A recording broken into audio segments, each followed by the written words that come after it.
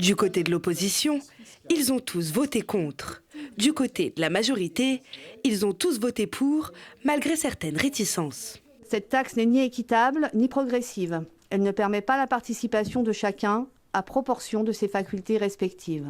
Et c'est donc en responsabilité que nous voterons le budget de la ville.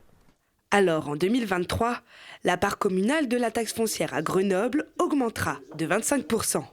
Une mesure qui met en colère les propriétaires de la ville, venus manifester en marge du conseil municipal. On est dégoûtés, on ne sait plus si on doit vivre encore à Grenoble.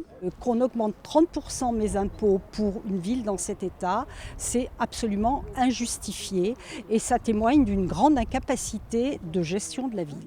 Et au cœur des débats, non seulement le fait que cet impôt est injuste car non basé sur les revenus, mais aussi que les taux sont différents selon les quartiers de la ville, car la taxe foncière est calculée en fonction de la surface du logement, mais aussi de sa valeur locative, définie dans les années 70.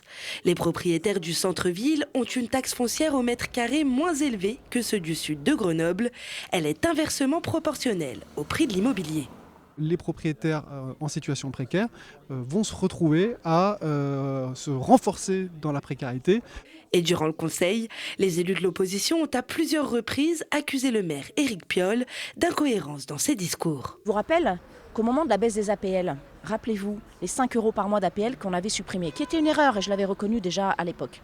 Aujourd'hui, avec cette augmentation d'impôts, dans les 4 simulations qu'il a proposées aux Grenoblois et en conseil municipal, c'est public, les impôts vont augmenter entre 14 € et 93 € par mois. Vous vous rendez compte le décalage de discours ?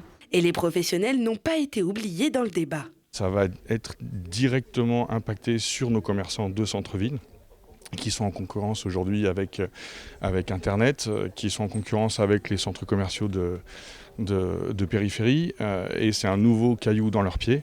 Cette hausse de la taxe foncière devrait permettre à la ville de dégager 44 millions d'euros de budget.